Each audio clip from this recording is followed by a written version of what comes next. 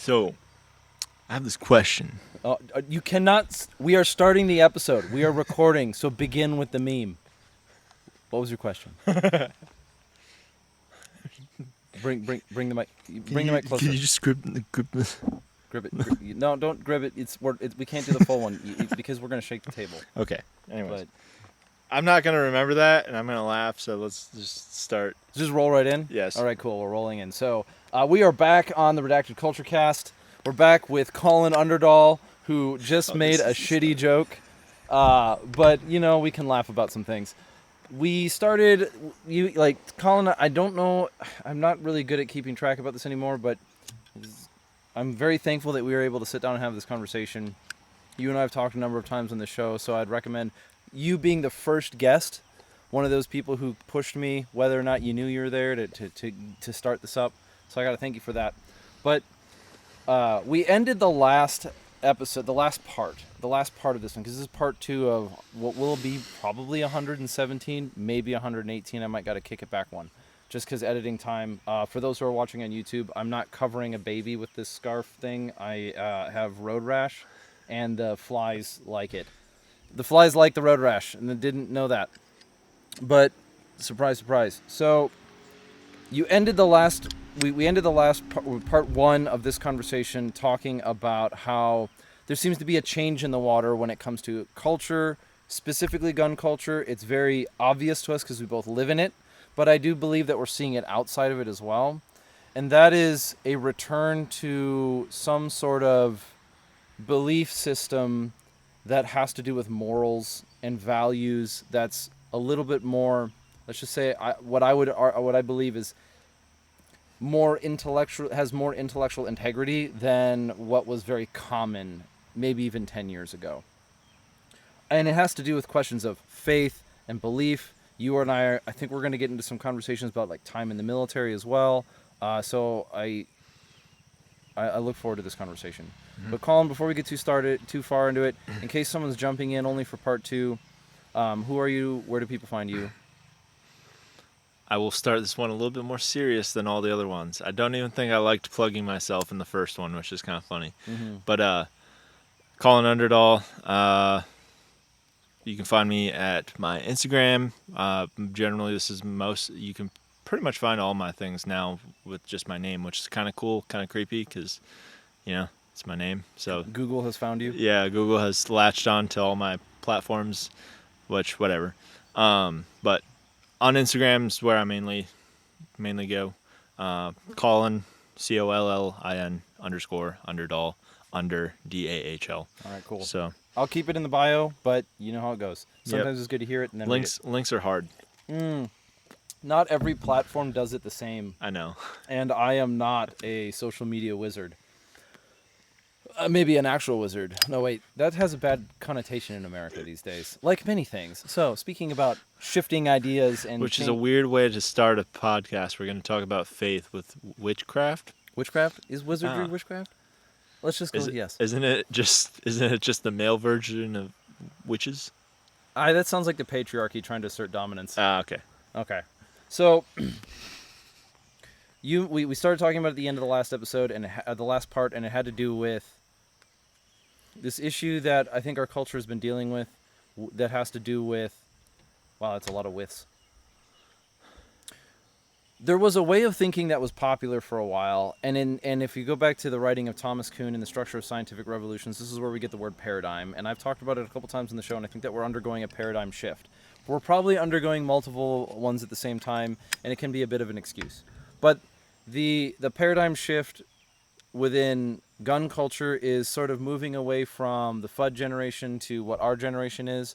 And not everything that was passed on was good, and not everything that was passed on was bad. Mm-hmm. And we're sorting that out. But one of the shifts that has taken place within gun culture specifically is, I think, a return to a little bit more of an intellectual approach. It's not just the Second Amendment that matters to us, it's the ideas behind it. The paper of the Constitution doesn't have any value anymore. It's the ideas behind it that inform us about how we live our life and how we live our life in society, in government.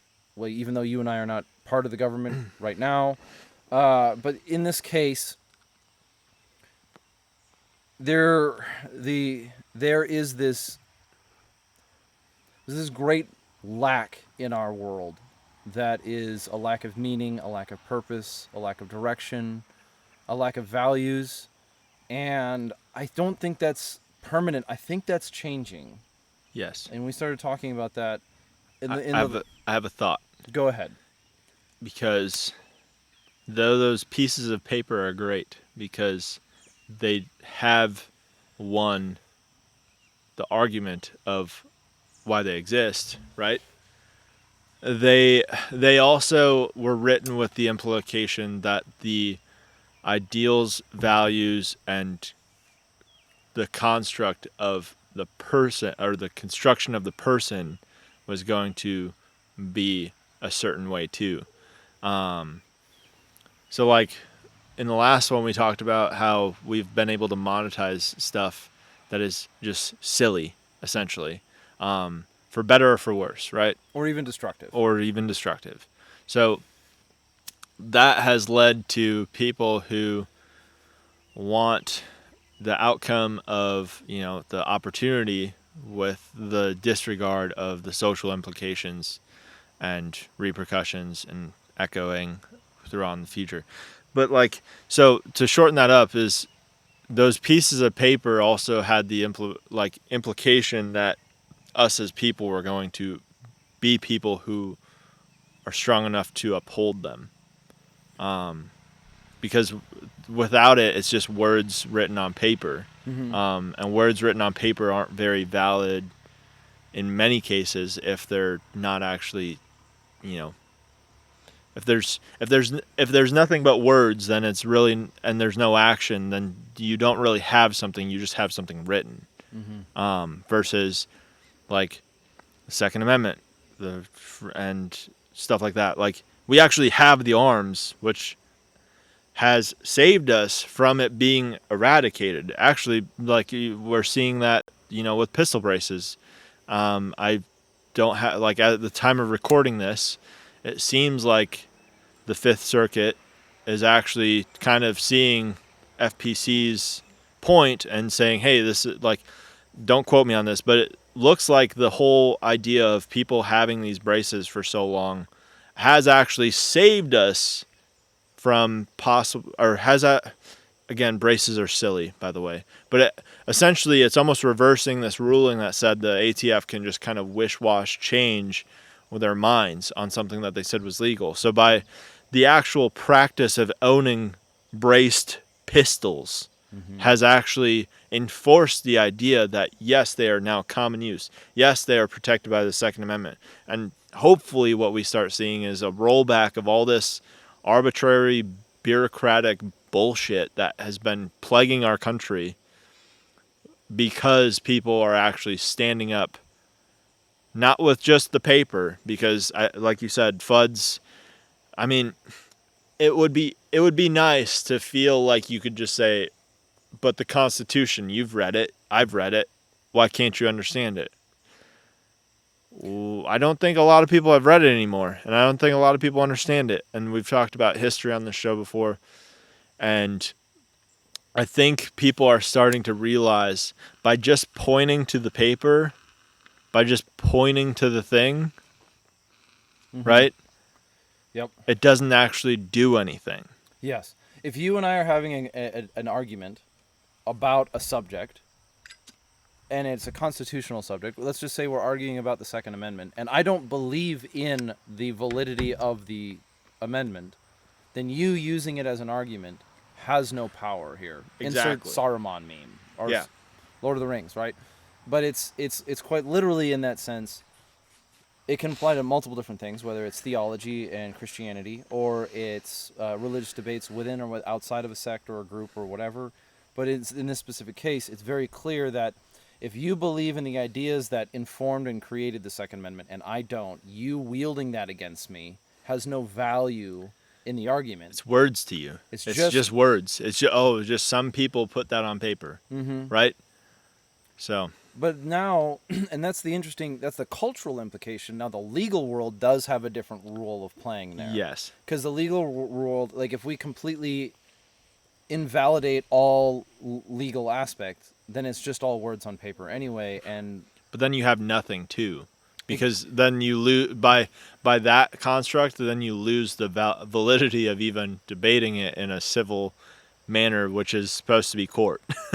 yeah, like if we don't agree to the terms of the conversation, if we don't agree to the terms of the conversation and the terms of the that we're using, then the conversation doesn't work. Mm-hmm. Now, I've seen this. What brought this conversation on? I've seen it. You've seen it. Other people, like, we're not alone in this one for sure, and I'm very thankful for that. But we've seen this interesting thing taking place within gun culture. That is, whether it's veterans, special operations guys, civilians, citizens, personalities with a big platform, personalities without any platform,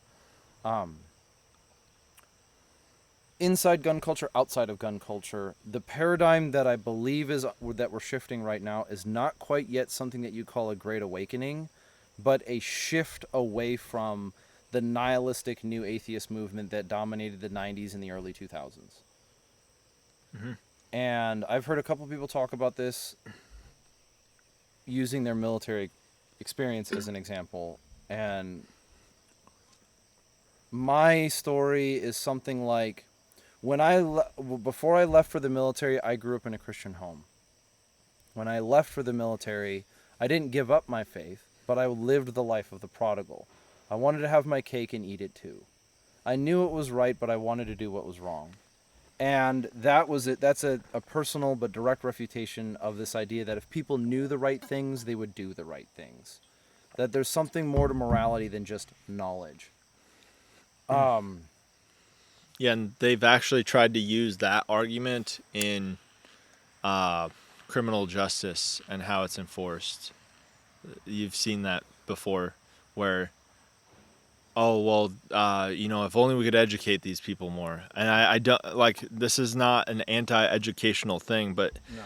it's just because you know something does not necessarily you will abide by it, and just because you've been taught it as right doesn't mean you're necessarily going to see it as such.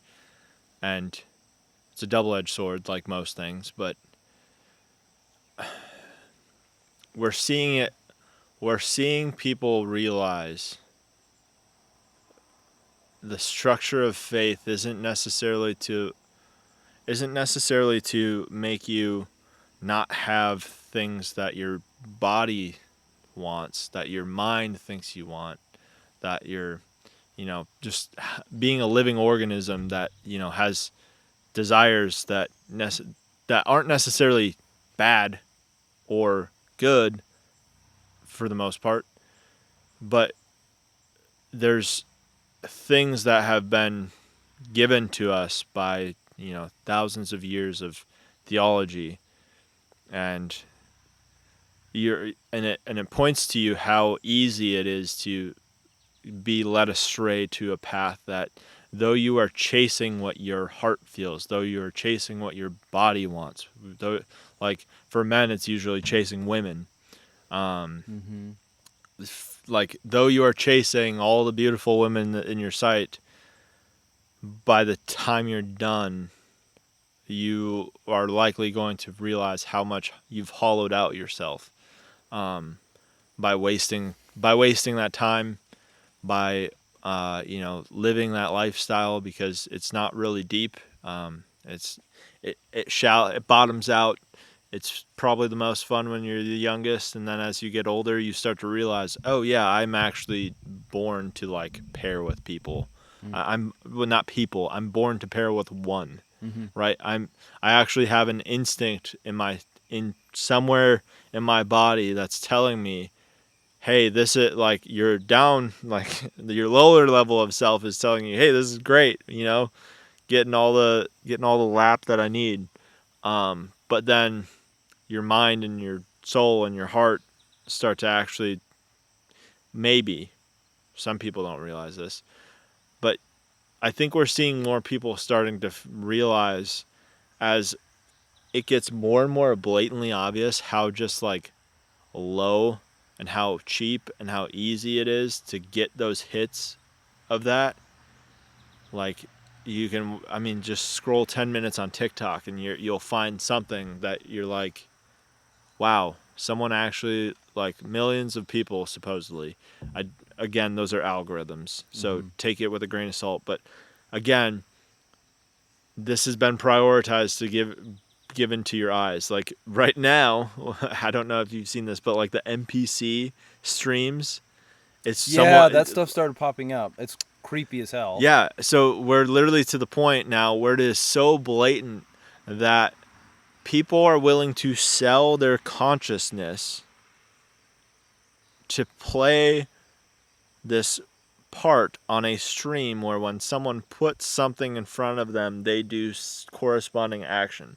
So you are you are literally selling the only thing that is truly yours, which is your consciousness, because you aren't controlling that. You're just reacting to whatever is put in front of you. And now you've degraded your life. The person who's doing it is degrading their life to the point where now they're willing to sell their precious time, their thoughts, and to someone on the other end who's willing to spend the money that they have to make that to feel like they control that person, to get them to do whatever they want. And if you look more into it, it seems like it's usually just kind of a guise of getting someone like interested, because it's almost all women doing it and almost all attractive women doing it, of some sort, right?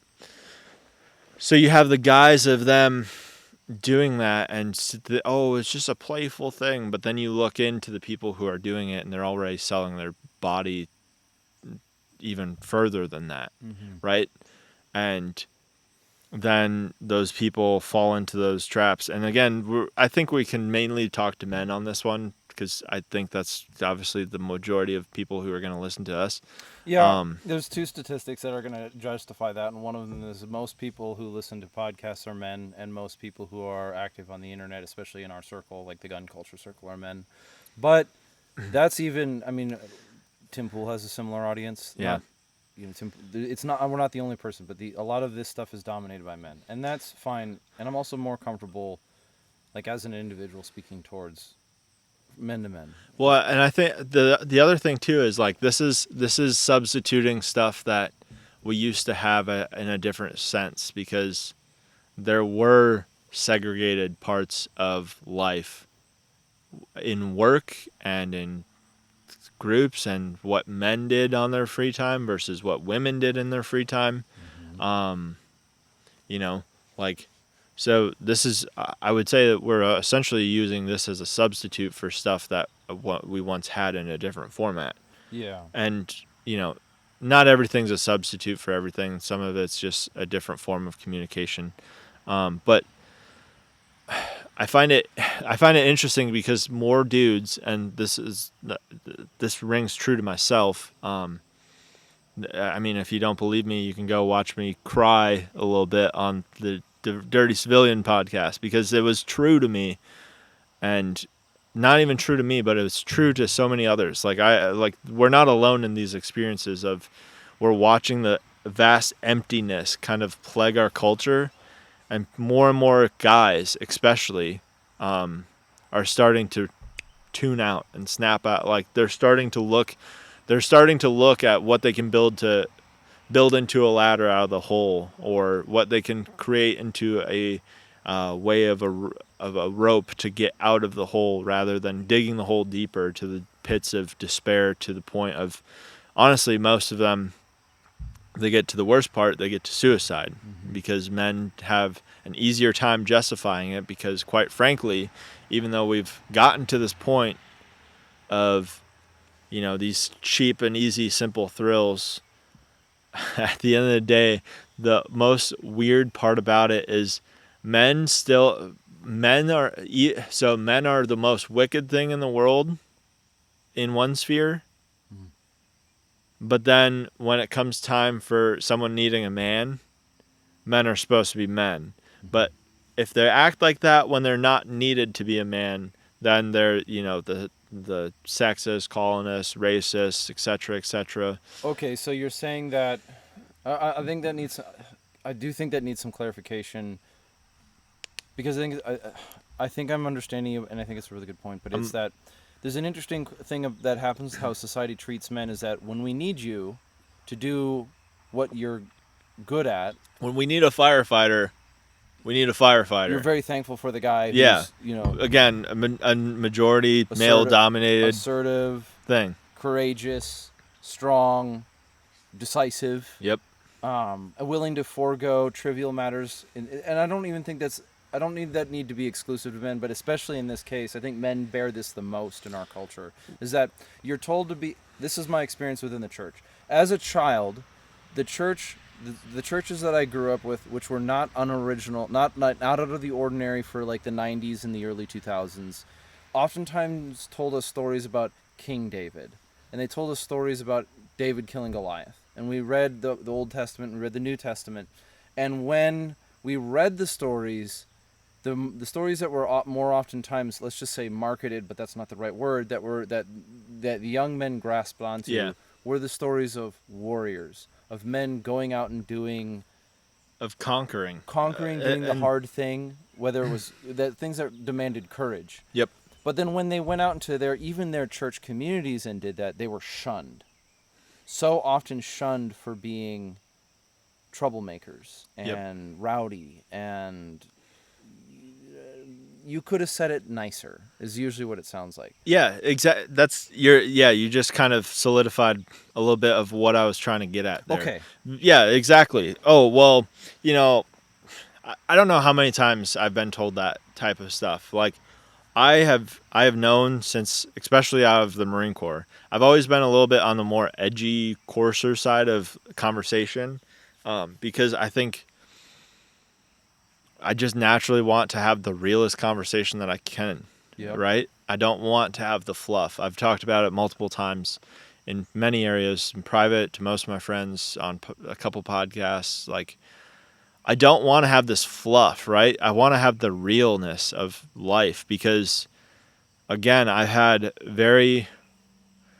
I don't want to say traumatic, but I've had very real things happen in my life that needed the reality of what they were, and instead I got the fluff. And church does that a lot with guys, is they want you to be David, but when Goliath comes, you slayed him a little bit too much. You slayed him a little bit too gruesomely. Yeah, or you read the story about being David to fight Goliath. And so you spend your time building yourself up to be that person, to have courage, to have faith in the environment. And then when you are faced with something that you see as a Goliath, they say, "Oh no, you're blowing it out of proportion. Yep, it's just a disagreement. You're being disagreeable." And I think so. You kind of where we're going with this, that ties in greatly, because I think people of the church were influenced by society, very much so. which is kind of what we wanted to talk about here. Is they were taking these they understood the virtues and values they were supposed to have, but they were also listening to society talking about those times as barbaric, those times as uncivilized, and not just those periods at all, like in all, but it's kind of funny that we look back at history, and I mean almost all the stuff that we can really think about how we look back at. I mean, the past 100 years isn't a good example because we have relatives that lived through those years, right? By us sitting here today means that our bloodline continued to this point. So we know people within that lineage of the 100 years, for the most part, en masse. Most people at least know the names of those people, right? But we can get, even American history, we look back at, Civil War, that happened in the middle of the 1800s. Oh, okay. We look at conflict as the only kind of, in many ways, we've only looked at historical markers in the aspect of conflict because those were the most turbulent times of that era, right? But then there's gaps. There's gaps of those times where there's been these large empires that exist, and it's been very quiet. There's real I don't remember. I was watching some other history stuff before this, but like it kind of had to.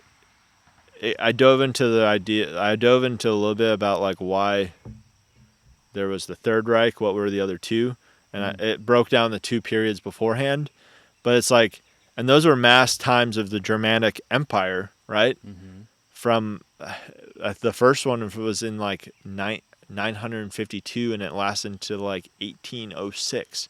So like, Which would have been like the Holy Roman Empire. Yeah, exactly. Yeah, which was it would have been pre-German. They didn't. It wasn't quite. It was country Germany. Yeah, it wasn't Germany, but it was tribe. It was essentially tribes of ethnic individual ethnic cultures that fell under that empire. Mm-hmm. Yeah, so it's like you think about that. That's almost 900 years, Mm-hmm. right? Of like a period that sure probably had its turmoil, but like we gloss over that into one thing.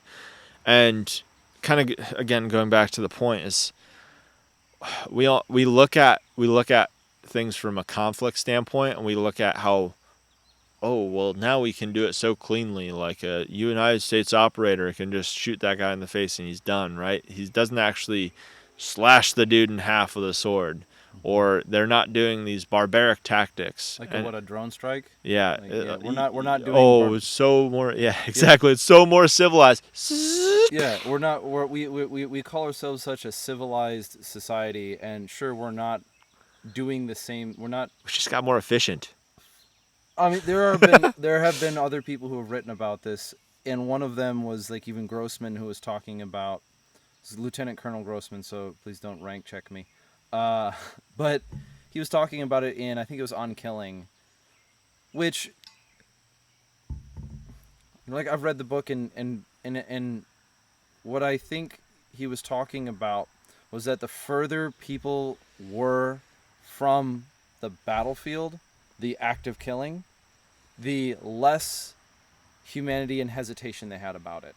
And that would make sense. That would make sense. I think there's a contrast to it too. Of the further away that they are, the more they think it. Like from the barbaric standpoint, the further away they are from it, the more barbaric they think it is. Because there's people who are like completely against any conflict whatsoever that involves the ending of life. I think those people are extremely few. Yeah. Extremely and few. you've kind of beat on them before too with like, hey, you're not against it, you just abdicated it away. Yep. I think most people who call themselves pacifists are just cowards. Yeah, they just abdicated. Like, we don't need to rehash your already said thing, but I liked how you said that. It's like, you're not against violence, you're just against doing violence yourself, to the point where you have tried to put it as far away as possible to keep your hands theoretically clean. Mm-hmm. But living in some of these societies that you have that leisure, it's not that you're against it. You just like to think that you're not a part of it, even though you've abdicated it away. You get the fruit of it, but you don't have to pay the price. Exactly. You get the fruit of the liberty, but you do not have to pay into the system. So going back to where we started with this, with we started with this being slaying David, mm-hmm. right? Oh well, there was probably someone in the crowd. Well, that was a little much. Mm-hmm. Yeah, but do you want Goliath back? Like, do you want the reign of Goliath? Like, like. Yeah, I'm sure there was somebody there who was. I'm sure there was somebody in the crowd who was like bad mouthing David because out of jealousy. I mean, he needed. Yeah, that would be an interesting, interesting idea, because maybe they're not so concerned that David slayed him. Maybe they're more concerned of, hey, well, yeah, he did it, but it was a little bit much, and I would have done it much cleaner. And yeah, if David was smart, he would have used an ACOG. Yeah, if he was smarter, he wouldn't have had to chop the head off. Yeah, it was a bit much. Yeah, I think I could have proven my point a little bit more clean, a little bit more humane. Yeah, that person, cool. But you're essentially trying to take away from the gruesome task that was at hand, which, if you are based in I don't want to say it that way, because I don't like the whole based movement. I think we're devaluing our morals by just being based, right? It can be played out too much. It's getting a little bit too played out. So I want to make sure that it doesn't just take into a sound. I don't want this to turn into a sound clip, essentially. Oh no. Which it is, but I think that by allowing us to continue to look through that lens of convenience of not having to do the gruesome tasks, we like to think of ourselves as better than or cleaner than, and we compare ourselves to the deeds that we've committed. And being in the military, I would much rather be in a military with guns than swords. Just kind of facts. Like, I don't know if I would be too good at swinging around a sword and shield. So but I know I can shoot, right? Mm-hmm. And I do not envy the men who had to train as such. I do not envy. Maybe I envy them in the fact that their peak physical performance was probably more awe-inspiring than today's athletes. There's a lot in history that remains a mystery. It sounds too much of it's a rhyme. It sounds, oh man, I did it. Soundbite. There's a lot in history that remains a mystery. And today we're on, okay, so enough with the radio speaker voice. But yes, I do. Do you get what I mean, though? I do. I remember when I was a kid, I was a child, and I thought, there was a time where I thought I was a kid, so forgive me for this, but I thought guns were kind of cowardly. Yes. It was just like, you had a guy who trained all his life to be a knight, or maybe he did, I don't care, right? But he trained all his time to be, he was dedicated, he was intended, and then somebody gave a farmer a crossbow, and you're like, oh yeah, your entire decades of training and whatever chivalry or lack thereof. Again, we got more efficient. We just got more efficient. Right? And now you're like, oh yeah, your entire culture, bomb. Well, economic warfare, fentanyl. Again. I think the fact that remains true that, when the cult Peacemaker was made, it made men equal, because it was not a hard to use gun. No. It was not a hard to obtain gun either. No. Right? So yes, there is it loses the romanticness of dedicating one's life towards one specific goal, which is something that we don't have nearly as much today as we used to. We do, but you have to be more driven to chase it. It is not this thing where you are you were chosen of Spartan stock, right? And then that became your destiny, right? I think we are looking back with a little bit of the benefit of hindsight. Yes. Because we have thousands of years of history to look and to kind of cherry pick yeah. heroic characters or True. Thermopylae. We get to remember events. However, that does not negate the fact that modern life feels very empty most of the time for most people. Enter the Henry David Thoreau quote, "Most men live lives of quiet desperation." Yeah. Or almost the modern, the meme equivalent of the literally me guy, right? And it's like, and I mean, sure, one might be more humorous than the other, but they're expressing the same sentiment of, you have the Ryan Gosling character in Blade Runner looking up at a giant hologram of a fake version of what was his already fake AI girlfriend thing. Yep. And the literally me aspect of it is like, in that moment, he is looking at all of its depravity at the same time, going, I am nothing, I have no value.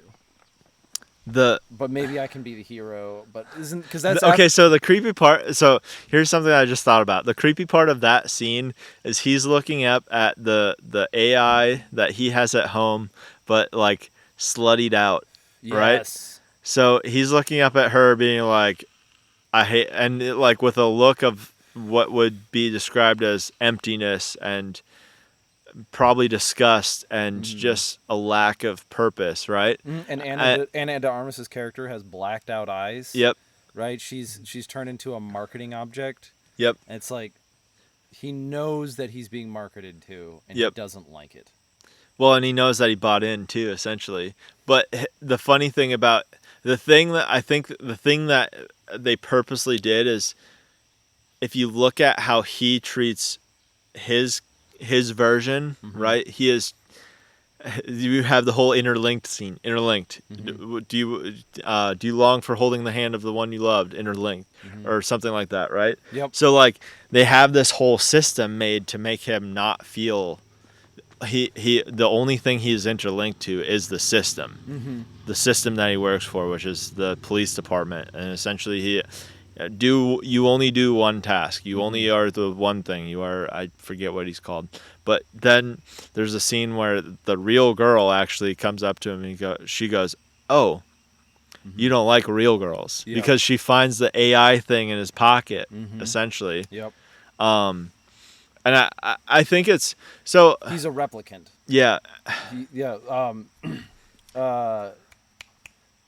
The character is a replicant. He's a synthetic human. Yep. Yep. Yeah, and the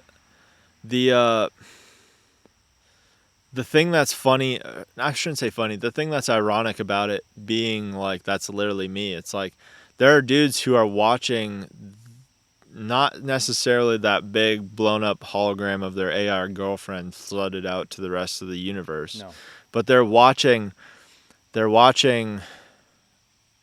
people who essentially could have been much more commit some of the lowest ways of making do, and some of them making millions in the process of doing some, like the NPC thing. We're watching because, like it or not, we desire to procreate, and that's the thing, and that desire can be skewed in and perverse, and I think that's where dudes are starting to realize, like, yeah, this is fun and all, but more and more people are like, what the fuck am I gaining from this? One of the things that I really liked about that movie, which only comes out of retrospect, is that the Ryan Gosling's character's name is Kay, and he's a replicant, and he's got his AI girlfriend who the product's name was Joy. Yep. Joy, I think it was Joy. Yep. And it's played by Anna de Armas. And when Ryan Gosling's character is at home, at one time she's like a 1950s housewife. Like she plays the role of a sweet relationship. It's not like, and it's the showing of traditional roles in a non-traditional society. Yep, and so whether it's gender roles, but like the character of Kay, even though he's supposed to be a replicant, desires a meaningful life and a meaningful relationship with somebody in this crazy dystopian future. And I think even the scene where they had like the prostitute comes into, Yep. right, so the AI girlfriend essentially calls a prostitute to come up to the room, and then they do the kind of merge thing. Yeah. And it's like the character of Kay doesn't even really like it. I saw that scene as him not really bonding with it. I think Yeah, because he knew it was fake. It was fake, and it wasn't. So the connection he had wasn't the connect. By doing so, he realized. I think I agree with you. I think by doing that, the realization of that connection with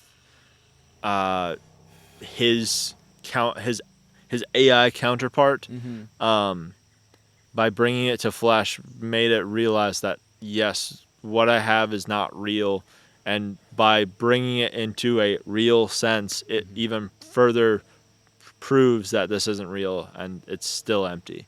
And it's kind of weird. It's creepy that we're like going into the movie itself and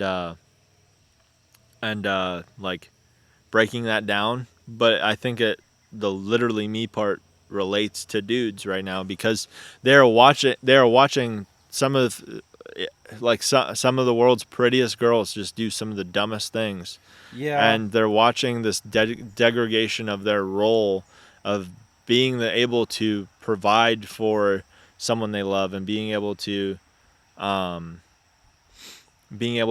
like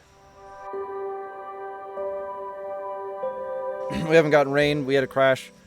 It's what happens. You guys know the drill. So we're talking about Blade Runner and Blade Runner 2049, which is a culturally relevant piece. It might be one of the most relevant movies of our time, especially for like our demographic. yep. But now we're just talking marketing words, like, oh, it's the most relevant. It has them. It's like, Yeah. But we were talking about the literally me meme and how. There's something that we said in the kind of bridge over to the fixing of technical difficulties, is it's relevant, and it has the marketing stuff and blah blah blah, but like it's relevant because the thing that they did so eerily creepy, and I have cynical things that I could go down rabbit holes of, but I think it's unironically creepy that we can relate to such a far-fetched reality in that sense, but because they nailed on emotions, they essentially took if I was to get really cynical of it, they essentially did like they progressed the timeline of what we have now to a further point where they have the same distractions. Essentially, we're now to the point where TikTok is a hologram dancing on the fucking roadside, right? Yep. You essentially do not get anything real. Like he in his home, he has a hologram over his bowl of goop, Yep. right? Yep. Of an actual meal. So it's dystopian enough, but it also ties back to our time enough, which is great storytelling on the movie part, but it's also creepy and almost kind of, I don't know, predictive programming ish feeling, right? But without getting into that rabbit hole, let's keep it on the surface of the reason why people are saying literally me to that movie is because there's a bunch of dudes who feel like they have this soul crushing job that, they're saying interlinked to in a paraphrased way. They have soul crushing jobs that don't really feel like they're doing anything. They're not building anything with their hands. They're not seeing the fruits of their labor actually bring constructiveness to society. And this is obviously in mass. I'm not saying every single person feels like this. I'm not saying that there's not fulfilling jobs. But there is a group of men who are longing for something that they don't have quite grasp of. And they feel, thankfully you and I can sit at this table comfortably knowing, hey, like, I'm not in the dating scene right now. Yeah. And that is, to me, honestly, right now, looking at the dating scene and hearing, and obviously this could be me picking with a fine tooth comb, right? There's probably other avenues out there. But the mainstream right now, it feels soulless, empty, etc. And that would be easy for me to say if I was completely outside of church, which I think that's the thing that people are realizing is by faith and by Christianity, you're called to come into community. You are called, not only are you called to come into the community of Christ, but you're called to the community of church, right? And of faith and belief. And I personally don't like the whole idea of like this individualized faith stuff. Your own personal Jesus. Yeah, I think we talked about we talked about this a little bit when we just hung out and didn't record anything. But yeah, this spiritual guru that is Jesus that you get to interpret fully on your own, and he's going to guide you down the path that he wants you to, but you're not going to have any answering to any other buddy but yourself. Yeah. It opens in short, that opens the door to pick and choosing passages. Yeah. The story of Blade Runner is Blade Runner 2049. The Ryan Gosling character, in the beginning, I think he kind of knows that that what's going on is not real. Like he's quite literally not a real human being. But he gets a window into starting to believe that maybe he is something real.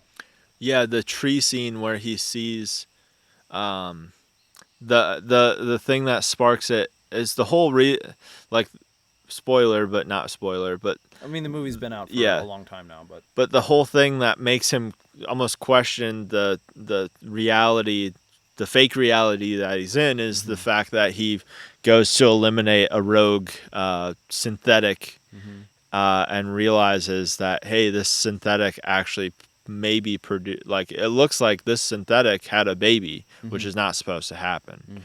Yeah, and which makes it eerily creepier because there are literally people who are trying to do everything that is sex and procreation and relationships, and they're getting legally married, but they're not getting married within the church, so they're only getting married for state tax beneficial reasons, while downplaying the importance of the actual covenant.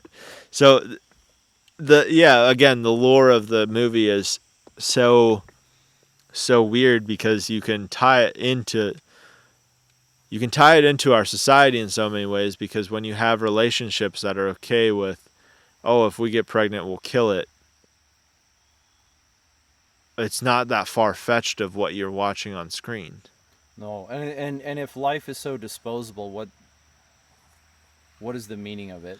Yeah. And if life is so disposable, which is, I think, from like the battlefield, you see how life is so easily taken, snuffed out. We're going back to the drone strike, right? Like, Well, people could be scrolling, so people could be scrolling and see a sound clip from this when you post it, and then scroll one more down and see someone just laying in a hole, having a grenade dropped on them from a far yep. hanging drone. Like, And and that life is now gone. And the thing I hate about it is then people pick sides and they cheer for it, but at the end of the day, it's like, yo, we literally have the easiest access to all the most we have at the palm of our fingertips, we can see some of the most awe-inspiring feats, and also see some of the most horrific things of humanity, all in a little brick. yep. And then we gravitate ourselves to that depravity while denying that which is good, and then believe that the whole world is crooked because we ourselves are crooked. Yeah, but this could easily turn into a black pill thing, but I think what you and I both agree on is the fact that we're seeing amongst our peers more and more dudes stop putting their foot down and saying no. Yes, I wholeheartedly agree. More and more men are starting to say no.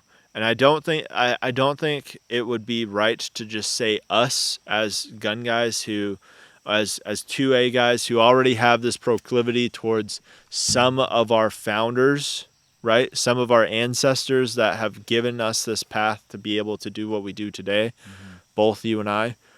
But I think more, and so like I've been trying to up my lifting again and get more into the gym because it's quite easier to get there, and it's, in my opinion, it's more rewarding than shooting in so many ways, because my body is literally the vessel that I move around in, and it makes life more and more easier each day, knowing that I'm capable with what I bring with me everywhere, right?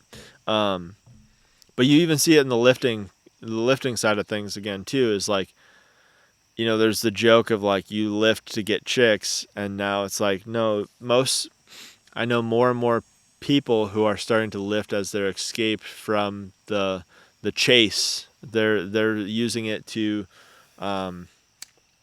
hopefully not just bury their feelings, but they're using it as an escape from the very real feelings that they have, which is heartbreak and the deprivingness of what they long for. I I you look back at like what I would say is peak American dream, which was like 1950s. Even though there was still a war then, and my grandpa fought in that war, which was Korea. I had a grandfather in Korea. So you can look back at, but the average American life for that war was not nearly as effective or as affected as it was for World War II, as it was for Vietnam, right? So I think that's why it gets such overlooking, and that's not me overlooking the fact that there are the creepy thing that dawned on me the other day was and this wasn't an original thought, this was constructed from a couple of things that I was watching, but there are men who were ancestries of a certain bloodline that stood with my grandpa there, who died in that conflict, who have no lineage on this earth today, which is creepy to think about, because when you think about the nihilism that people have is, by sitting here on this earth today, you have been procreated by someone who made it long enough to have you. Mm-hmm. And we have taken, even if you take faith out of this, you have taken the one, it's not minuscule, but you've taken the one thing that you truly have, mm-hmm. which is your existence, and you've now relegated it to, well, I don't want to be here. And people are checking out from that, hopefully, or that's what we hopefully are seeing. They're turning away from the nihilism. Yes. I think that I believe that that's happening. I know it's happening. I don't just believe it, and that's something that I find encouragement in. It isn't always there to be the antidote when I need it, and I have a different experience than a lot of men in my generation, because I've never really had the whole suicidal ideation. I think I've come up to the door of it, kind of looked in, mm-hmm. but I can think of maybe 2 times in my life where I considered it, and it was very short, and it was very, like, it's not, the emotions behind it are pretty personal. Of course, they're going to be personal, right? Yeah. But well, it's fixing a personal problem, honestly. The reason why I say that is like, I don't have. That is something that is not always.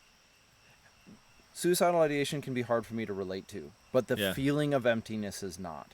Mm-hmm. Right? So I think in my life, instead of suicidal ideation, it's more like alcohol abuse. That's what it looks like. I'll just never think about it anymore. And that's not, I'm not saying it's a better option, but it's different. And I'm not trying to relate, and I'm not trying to say I'm one of you too. No, but that's the thing. It's still a destructive path, mm-hmm. and it's a longer form. It's honestly a longer form of killing your soul.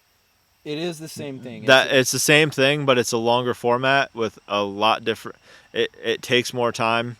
And it opens the door to the quicker way, which is suicide.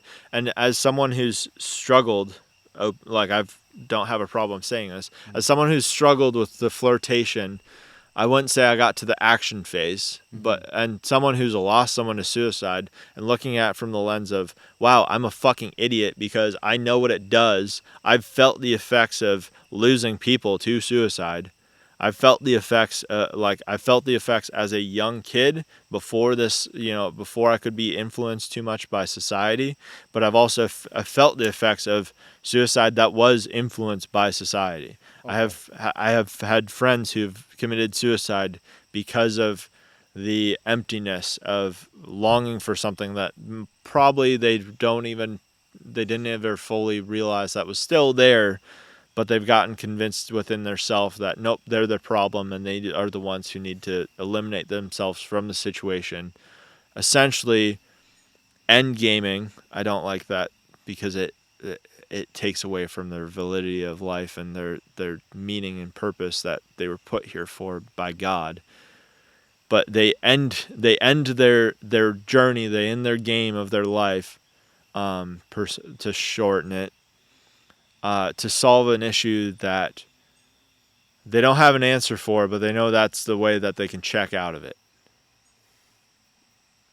And I think alcoholism is the same, because and again, you can't go tit for tat for it, but all destructive behavior essentially ends the delegation of responsibility of yourself to overcome it and do something about it, to be productive. Almost all of it, all of the degenerate stuff you can do, that's sleeping around, that's, alcoholism, that's being a drug addict. And I'll go to the point of, if you are, constantly in need of a high, I do not care what chemical you use. I do not care if it is physically addictive or not. They've tied porn to the same thing. Yes, exactly. Yep, they've tied porn to it. Again, and similar to a drug addiction. Exactly. The thing is, it's not to shame those. The thing, I get this whole bullying idea, bullying them back to the straight path, and you do need some bullying here and there. But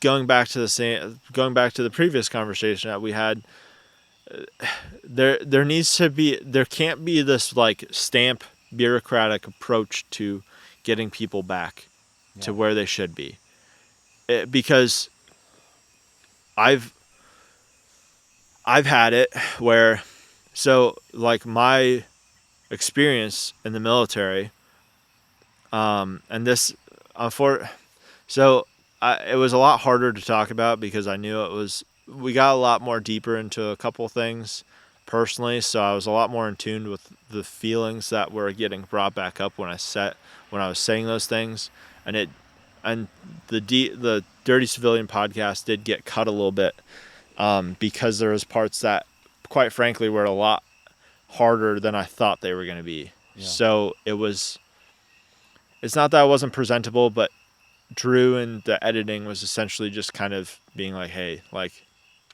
this doesn't need to be in there to drive the point that you were making. Right? I listened to the episode, and if anyone who's listening here hasn't, I would highly recommend it. I don't want to recreate that event here, because that was something that they did very well with you. I'm in a good mindset, and I'm in the outlook of, I know that this is going to be helpful to people. Mm-hmm. So when I was at the time, I was attached to PMO. PMO is the military police. Okay. And I was there because I, quite frankly, kind of got sick of being in an infantry unit that didn't give a flying fuck about me. I didn't have, like, the previous unit that I was in, I think that was the best place I've ever been. I got to see true leadership. I got to see, people standing up for their guys. I got to see brotherhood. I got to see the camaraderie that I wanted. Mm-hmm. That wasn't necessarily the case when I got to my other unit. And it was not necessarily all the lower enlisted's fault. We did have a complicit part of why that didn't exist. Mm-hmm. But, man, the top was really making it fucking hard for us to really love each other. For all these reasons. Anyways, that's how I got to PMO. I essentially had a fallout with my unit. I told them I don't want to be here anymore. I only have a year and some change left. The FAP program is to, get people other units who need bodies, essentially, mm-hmm. the manpower that they need. So I told them, hey, FAP me out. I'll go to the range, be a range coach. I'll fry under the sun all day. FAP me to PMO. I'll check IDs at the gate all day. Whatever it is, I do not want to be under your control, because I had all these instances with my first sergeant, right? Mm-hmm. So get to PMO. They give me a purpose. They give me a purpose that I can believe in. They give me the tools to do the purpose, to do the task. They give me the trust to do the task after I've proven myself of caring about the task, to the point where now I got to go on a couple ride-alongs as the alpha, which is just the assistant to, the main actual MP. I was never actually an MP, but I went along with them.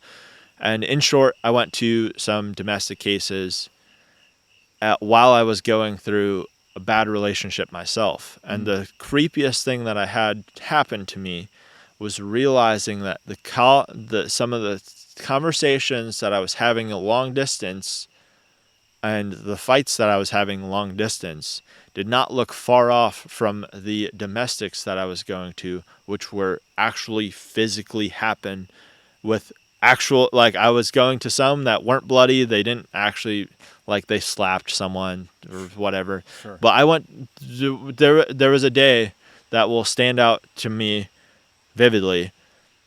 I was on days. We clocked on a shift. I was an alpha that day. We clocked on to shift 8:30 in the fucking morning. There's a domestic. Someone woke up and fucking started yelling at each other, and I don't think that one was violent, but okay, weird, right? Coming from a construct of someone who, like, I care about who I'm with and so such and such. Well, later that day we go to two of them. The first one we arrived to, and this is at the end of shift. So almost 12 hours later, now we're dealing with two more domestics. One, the first one that we responded to was bloody. And I don't know the exact outcome of that because we got another call over the radio to go, right? So that kind of sparked some questions in my head. And then dealing with that type of stuff started sparking questions in my head about my own situation that I was already questioning myself before that, right? And I had pretty much felt like nobody gave a fuck about me. I was a complete nihilist. I have friends that I hope have realized that the conversations that we had back then that I said no longer reflect me, which is something that's hard because it tears a bond that we kind of had, but it's not productive to either of us, right? So I go to seek help, and what happens is I know that the chaplain, at this point, mind you, I am not a religious person. I was raised to be a Christian. My dog tag says I'm a Christian, but I am nowhere near a Christian. I am never going to say that I was a Christian at that point in my life. And I have struggles even saying that I believed back then. And I have said this before, but the one thing that, looking back in hindsight, is I prayed to get in the Marine Corps. I had a waiver signed for me to get in. I should have seen the signs, right? So I go to the chaplain because he is a non-obligated report. He does not have the obligations to report things outside of a few circumstances, right? And suicide is not one. He is actually the only person that can kind of get you to the people that you need to go to without causing a big ordeal. Without turning it into a bureaucratic mess. Yes. Yes. Yes. He is the one person in that whole sphere of things that can take you and be like, hey, this guy, this devil dog, this Marine, he needs some time. He needs to decompress. He's going through some stuff. He can, if they really want to, they can get you hooked up on leave. They can get you leave that doesn't cost you anything. Okay. They can get you checked in somewhere, right?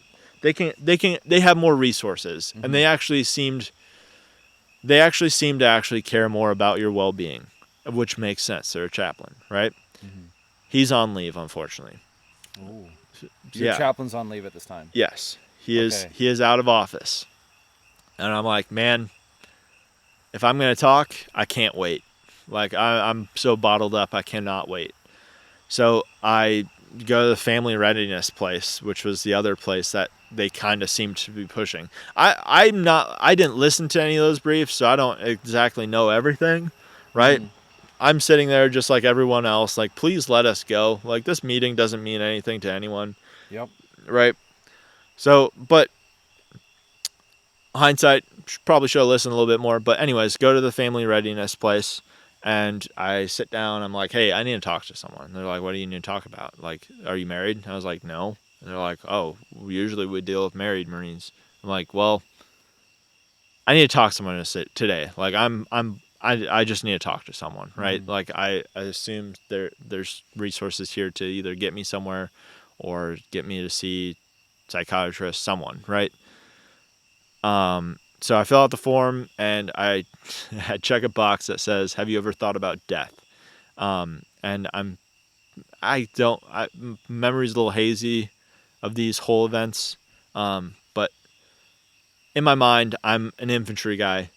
Of course I've fucking thought about death. Yeah, you joined right? the army. So, you joined the Marines. yes, You joined and the military, and you joined as an infantryman. Like, exactly. yeah, the idea that you could join, because you joined in a wartime environment too. It wasn't like we weren't deploying at all. Yep. So when you signed the paper, you knew that there was a potentiality of deployment. So it's like it's a dumb question. Yes, it's a very dumb question if you don't take the nuance of who you're talking to. Exactly.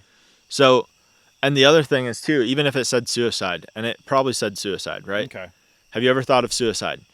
Yes, I have. Yep. Kind of had that whole thing implanted in my head very early on with losing a cousin to it, not fully understanding. That's something that that's why I dove into it a little bit more on that podcast. So if you want to hear the raw side of it, go listen to that. Yep. But so I have these whole experiences that haven't ever been taken into account during this time.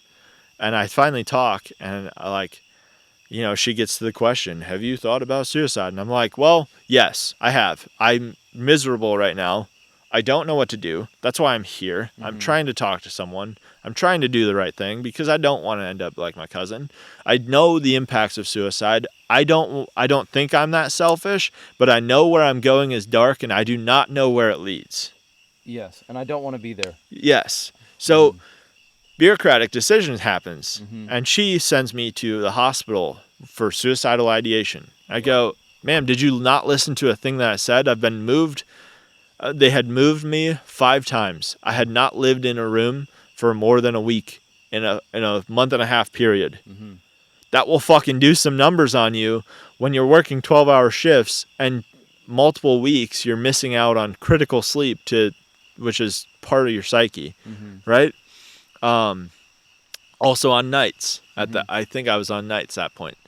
Anyways, but so they just completely discarded all this stuff, sent me to the hospital, had me pricked with needles, which I hate, medical needles. Ooh. And yeah, so it got, and then by the time it was all done, you're not technically suicidal, but you had an incident to the point where we can't ignore it. So now we have to make sure that you don't do it. So we're going to take you off of your job that is giving you meaning. We're going to put you on duty all this time. Like I was standing duty almost every single day, which is like standing barracks duty. Barracks duty, so like kind of like CQ. Like just literally sitting there with a logbook, roaming the barracks, 24 hours. Yep. 24-hour shifts. You're gonna take the guy who you just said isn't suicidal, but he went for suicidal ideations. Put him on a thing that gets him even less sleep. And now you're gonna tell him don't kill yourself, right? Yes. So it's weird. It's so creepy to me because that is a perfect example of where so many people are feeling failed right now. And then you don't have to be in the military to experience that. Absolutely not. Yeah. I know that because when I got out of the military, I was expecting to have your sort of get out of the military withdrawal. Yeah. Which didn't hit for me until after college. But the thing that was most shocking, and I remember when it kind of struck, it was a bit of a eureka moment. It was just like, it's not just the veterans. It's not just the veterans who are like, it's like young. I think I was actually still in college at this time, right before it hit me real hard. But it's like, no, man, it's not just us. It's not just the guys who deployed. It's not something as simple as this like PTSD, like I saw something hard thing. Yeah. And it wasn't the combat deployments that were hard for me. It was everything else. It was the bureaucracy. It was the people. It was not just uncaring. So what happened next? And where did your mind go? And how did you I'm not saying how did you pull out of it, but you're obviously here now. Yeah.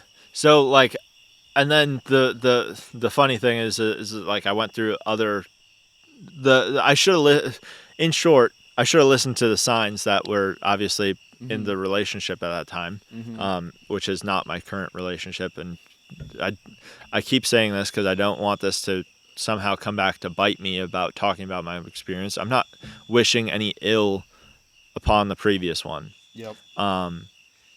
But so yeah, it's like, so then from there, I had talked about it here. Here's another point where I saw a great leader is the master sergeant of PMO at the time. Pulled me in his office to talk to me some more. Because I had been telling him like, hey, like, what the fuck? Like, let me do my job. Like, I want to do the job that I'm here for. I don't want to get taken out of this. I don't want to get removed from the FAP. If you send me back to the unit, that's actually like the unit that I just came from. That's probably going to be worse for me. Like, I'm not having a problem seeing these traumatic things.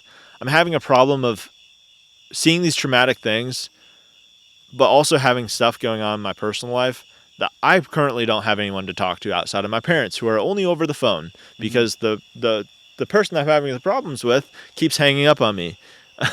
Right? So finally I get like put back on and get to do it again, and I did it well, and I got asked to stay there and such like that, but I knew in my heart that I needed to go home and either like move on with life or close something. And it ended up closing pretty ugly. Again, we kind of talked about it a little bit, but yeah, it was like I found out things. Again, just go watch the other one I talk about much more in depth. So I think I want to make sure that we're not stepping on toes here. Yeah. In the sense of this conversation has very easily turned into a conversation between you and I, and then you and the guys over at Dirty Civ. Yeah. And I think the part that I wanted to ask you on, and maybe we can construct it back to what we would originally started this one as. I think this kind of gives the foreground of where I think we've both now given the foreground of where we've come to the conclusions that we want to discuss. Yeah, and that is that as much as all this takes time, and we're sitting here under trees in a field, and I'm sure it's getting dark, and eventually the camera's going to yell at us, and the microphones and all that kind of stuff. But let's go here is that the shift that we're seeing in our own communities is away from the nihilism towards you're not seeing it in mass, you're seeing individuals. Yep. Individuals like, hey, look, I don't have it all figured out, but I'm making a step here. And the community building and the community participation of gun culture was perhaps jealous of what veterans claimed was there in the military, but we, as you and I are talking about this and we see elsewhere, it wasn't really there. Or for a lot of people, it wasn't. And so camaraderie can be a cheap substitute for meaning. It can be an effective substitute for a while. Deployments can be a cheap substitute for meaning. Having a civil war to prepare for, or an apocalypse to get your bunker done for, or a insert kind of what you're talking about here, like there are distractions for it.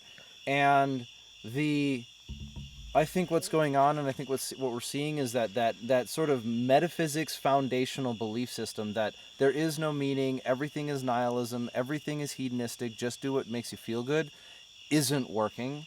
And people are saying no, and there is a way out. Yeah. And it's not a way out that's trivial, like, oh, you just have to change your mind. It's like, it looks a lot deeper in the sense of... There's spiritual reflecting in a sense that's outside of just you. Yes. And maybe I don't find it easy. I wish I did. But no, because, well, and here's the other thing, too, is there's someone who may be listening to this, and this hasn't been like the most like, Christian podcast, right? Like this specific one, like we've flirted with it, but there could be someone listening to this that's not even considering themselves a Christian, or like thinks that, we're just funny. But like, you start to ask yourself, okay, well, if you're not a nihilist, where do you get it? Like where do you get your security from? Because like you just kind of showed, hey, camaraderie, like all these things, camaraderie, all these little prep things that you can entertain your time with. All right, well, what if all that effort doesn't pan out? What if at one point, as you listen to it today, as I could speak to myself in the past when I felt that way, at one point, the distractions that you have from it are going to be stripped away from you, whether Yes. forcefully or not. Mm-hmm. They may fall off. They may shed off slowly to the Mm-hmm. point where now you have this little tickling in the back of your head, this little like whispering that you feel, gnawing at your attention span, Mm-hmm. that like bring this to light. But yeah, it's, I don't know. I hope for those people that they start to realize that it's not just this like alternative movement that's happening. It's more, people are realizing that there was more fulfillment in what we've talked about. Like we obviously romanticize it as we go on, right? We look at the greatest parts of the history. There's still black eyes in history, but but on the contrary, if you only look at the roses and daisies of history, you're leaving out the ugly. If you only leave out the ugly, then you're leaving out the roses and daisies. And I don't want to be someone who relegates my my existence here today down to either, like, if you went to the extremes, oh, everyone back then was a racist, or insert the key word of the day that they're trying to relegate them to. I'm not going to ever let that happen. I do not care. Call me whatever you want. I know what I am. I know, whatever, right? But I also don't want to be like, yeah, we are immune of all conflicts of consequences and all that stuff. Like, everything our ancestors did got us to this great point here. There's no flaws. Like, I do not want to be the guy who's completely in denial that there is something not plaguing our society. Yeah, the idea that something is plaguing our society is so common that I think it's the defining spirit of our age. Yeah. And now you might have competing narratives for what it is that plagues it. Oh, everyone's racing to try and instill the root causes. But how is that any different than the idea, like you gave an example, that everything that this country was built on is racism and degradation and deprivation and stuff like that? Like, that is a religious argument, functionally. Yeah. It's just it's a pseudo religion. It creates a moral structure, and so if you think it's so hard to, it's like we've been sitting out here for so long, the mosquitoes are coming out, but we got to finish this. Yes. The amount of faith it takes to believe that the entirety of the history of mankind is just one steady stream of racism. Yeah, or any sort of. It's so shallow. But also on top of that, you have, or not on top of it, but in addition to that, or in conjunction with that, I'm moving my head around, so I'm sorry for those who are listening. I got to stick closer to the mic. But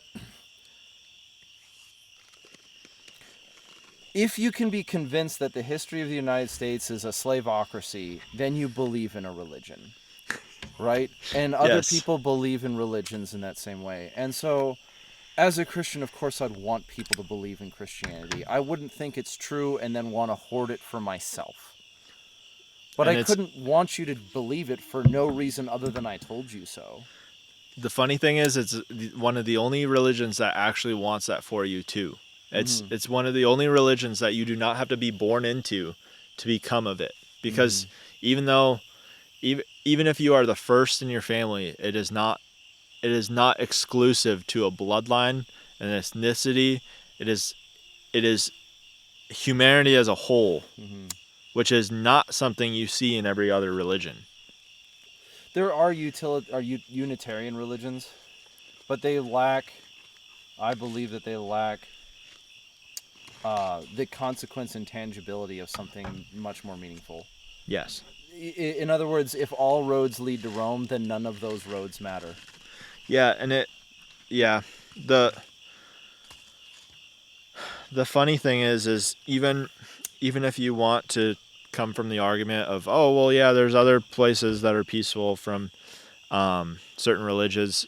Well, Christianity is one of the only ones that has ever homogenized a bunch of different backgrounds to the point of homogenized belief, even though there was diversity, because of the belief. Yes. because of the belief. Yep. Because so the other religions, I'm thinking Buddhism and specifically, is practiced in majority Asian countries, which have a majority of an ethnic centric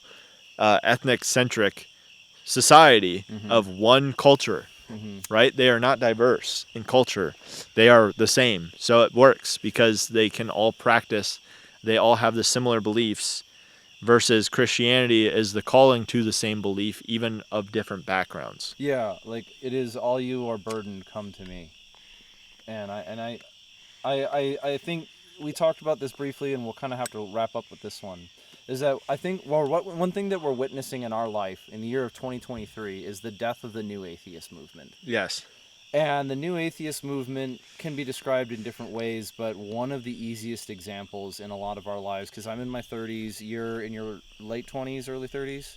I'm 29. You're 29, okay. So we are of a similar age group, and we grew up in a similar environment in America where being an atheist a long time ago was kind of an edgy, cool guy thing.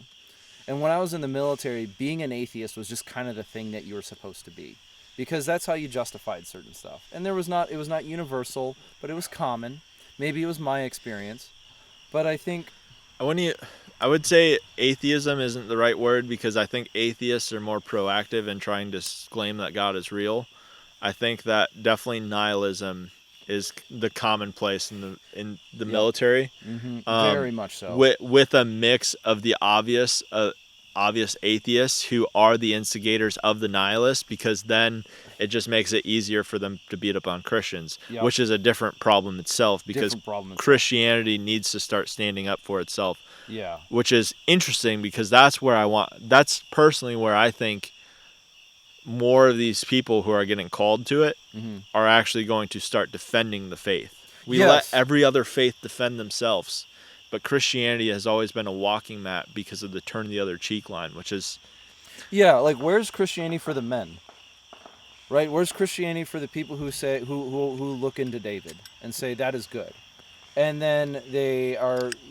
I think this is where we're at right now. Yep. Like and to be encouraged is the desire in young men is to be called to something greater. And we're realizing that the institutions that may have said they could do it or could have done that are not doing it anymore. But this is not the first time in history that this has happened. And so it kind of is up to us, the young men of this country and this world and it's up to us in the sense of it's up to us to choose what we believe in and live accordingly. To stop being pulled this way and that by whatever is the religiosity of the day.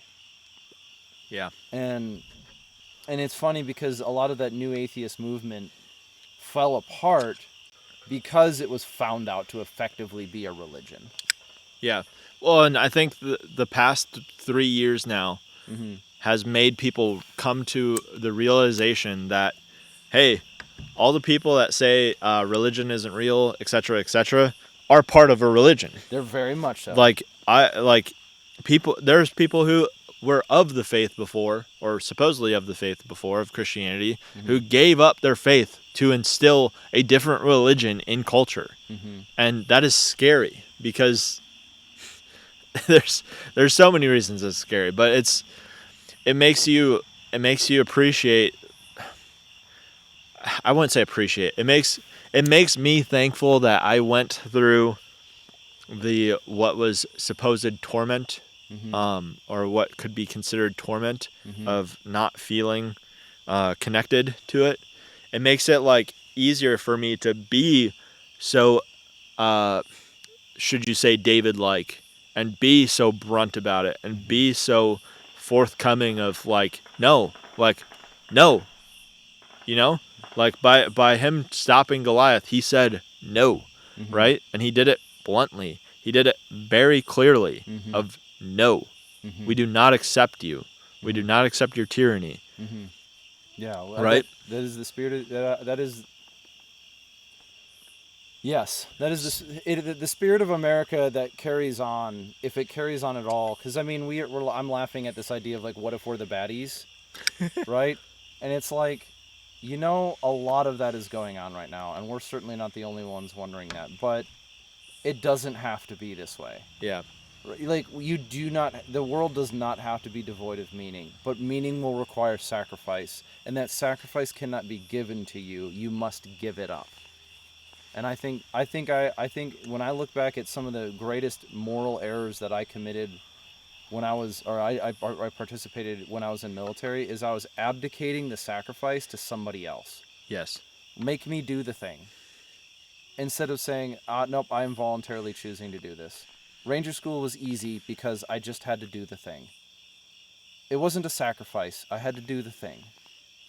I'm not saying Ranger school is always easy and that's a failure on everyone's grounds, but my failure was that I was abdicating the responsibility of sacrifice to somebody else. Yep. I didn't choose, and so I that's such an odd. Where are we gonna go? How much time do we have? What time is it? I think we're good. Let's close it. Yeah. I think we've beat it with very good points of personal experience and, yeah. Mm-hmm.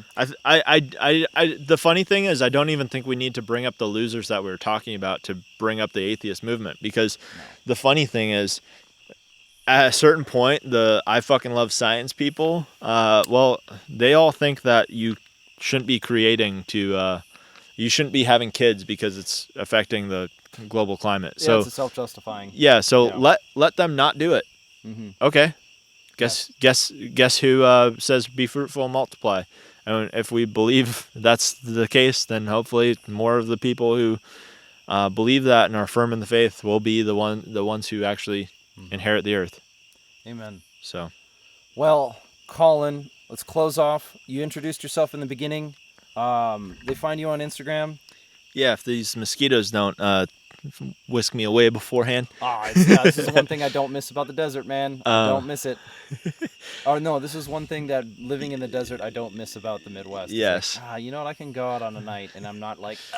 You don't need to wear a long sleeve by obligation. Yes, exactly. But yeah, so you can find me on Instagram, Collin_Underdahl, COLLIN Underdahl DAHL. All right, Collin, thanks again for coming on the show for another conversation. Thanks for being able to open up about some of the stuff that I think is much more pertinent, especially to gun culture, but to Americana as a whole.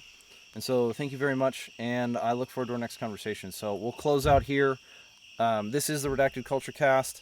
These are the kind of conversations that I wish we had more of, and as the host, I need to do better at leading in that way. So thank you very much for listening. If this show has been